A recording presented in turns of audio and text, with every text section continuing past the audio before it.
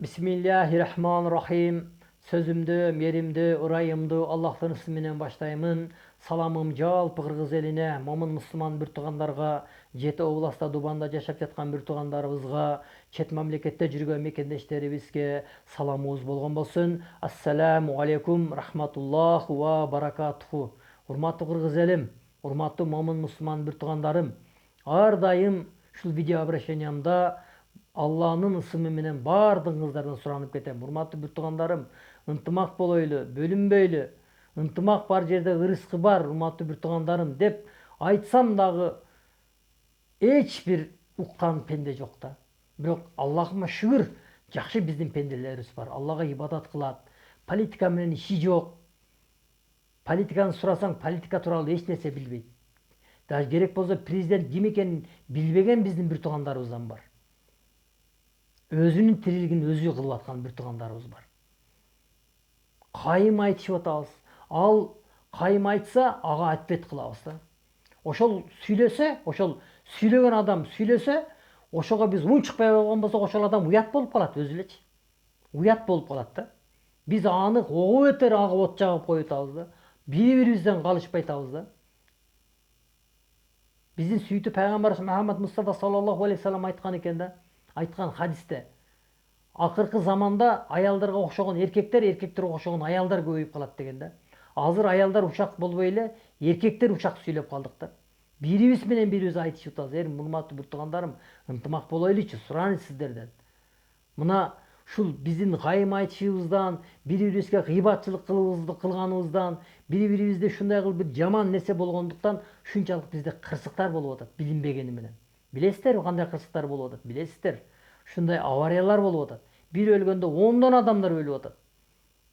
5 адамдар өлүп атат. Мына 3-4 күн болду Жалал Абад областына караштуу Сузак айылында 9 жашар карындашыбыз, Сумая деген карындашыбыз жай жанаттан болсун жоголуп, денsiz баягы жансыз денеси суунун жээгинен табылды.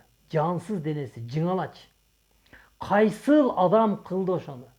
Bir adam kıldı da аны айбан кылган жок, адам кылды. Bir тугандарым, биз адам баласыбыз го, бизди Аллах жараткан го. Биз şu Алладан да биз улукпузбу?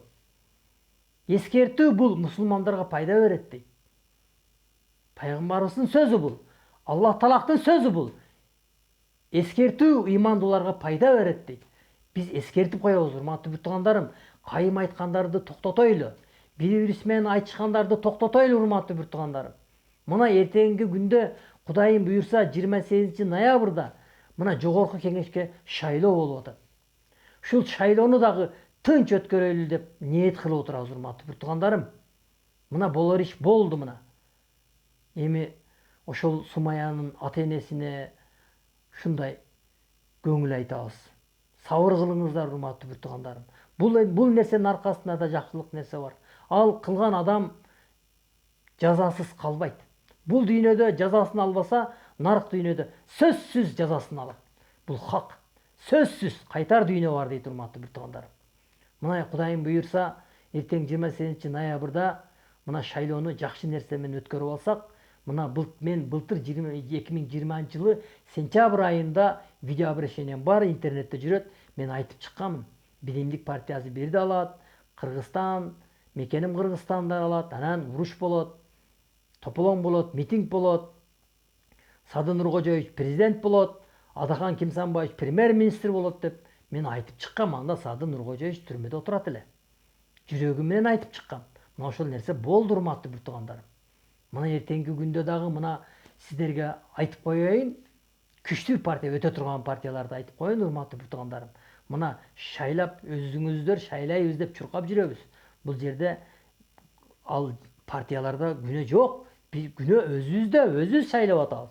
Өзүбүз шайлап алып, өзүбүз аркасынан сүйлөп чыгабыз. Мына күчтүү партиялардан мына ата журт бир да алышы мүмкүн. Альянс деген партия бар. Ишеним, ынтымак деген партиялар бул өтө турган партиялар. Бүтүн Кыргызстан эми өтсө 5-4-5 местада өтүшү мүмкүн. Ата мекен партиясы бар.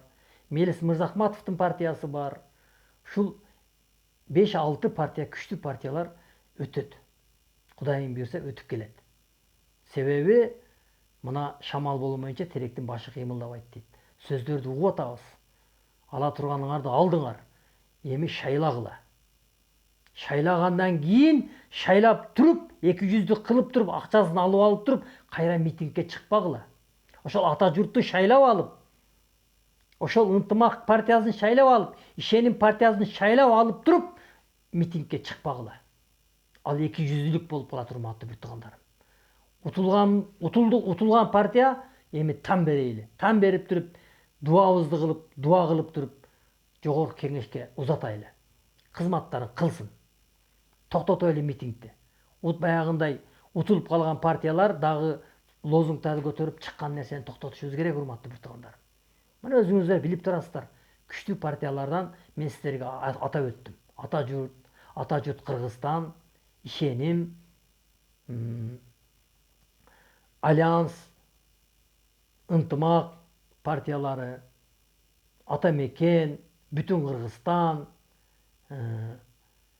Мелис Мырзахматовдун партиясы, ушул партиялар өтүп келет. 6-7 партия өтөт. Калган партиялар утулгандан кийин тан беришибиз керек, урматтуу биртугандарым. Ыйман нуру дагы бар анын ичинде. Кудайым буйрса ыйман нуру дагы өтүп калсын деп ниет кылып турабыз. Бирок мен сиздерге күчтүү партияларды атап өттүм. Ушул партиялар өтүп келет. Өтүп келгенден кийин бирок биз шайлап атабыз, буларды силер шайлап атасыңар. Баарыбыз шайлап атабыз. Бирок шайлагандан кийин, өткөндөн кийин, бирди алгандан кийин, мисалы үчүн ата журт бирди алдыбы, тан бериш керек. Ишеним партиясы бирди алдыбы, тан бериш керек. Ынтымак партия бирди алдыбы, тан бериш керек. Альянс партиясы бирди алдыбы, тан бериш керек дагы. Колду көтөрүш керек, дуа кылып туруп, Аллаху акбар деп митингди токтотуп туруп дуа кылыш керек.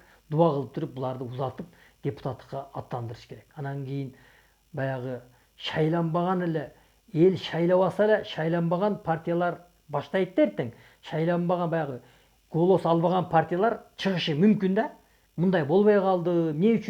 Эмне үчүн ата журт Кыргызстан бирди алыш керек? Эмне үчүн ишеним бирди алыш керек? Эмне үчүн ынтымак бирди алыш керек? Эмне үчүн Альянс бирди алыш керек? Эмне үчүн Бүтүн Кыргызстан бирди алыш керек деп тополоң кылбашыбыз керек, урматтуу биртугандарым. Тан беришибиз керек буга. Эгер тополоң кылып, ушундай кыйбатчылык кыла бере турган болсок, дагы кырсыктар боло берет, урматтуу биртугандарым. Кырсык көбөйө берет бизде. Ошон үчүн урматтуу биртугандарым, эртеңки күндү жакшы нерсе менен узатып, өткөн партияга тан берели дагы, дуабызды кылайлы дагы, биздин президентке жардам берсин деп дуа кылайлы, Кыргызстанды өнүктүрсүн ушулар. Карап отурабыз го. 1 жылда, 2 жылда ишти алып бара албаса көрүп отурабыз го. Бийликти алмаштырып коюш оңой эле экен го. Эми убакыт берели, урматтуу биртугандарым.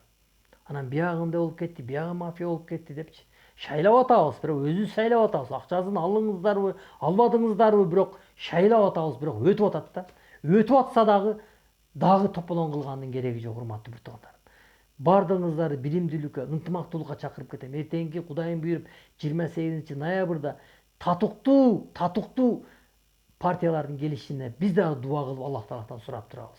Кайсы партия өтсө тан беришибиз керек дагы, дуабызды кылып Алладан сурашыбыз керек дагы, дуа кылып ак батабызды берип узатып эл ашу элге кызмат кылсын деп жакшы батабызды берип, дуаларыбызды берип узатышыбыз керек, урматтуу биртугандарым.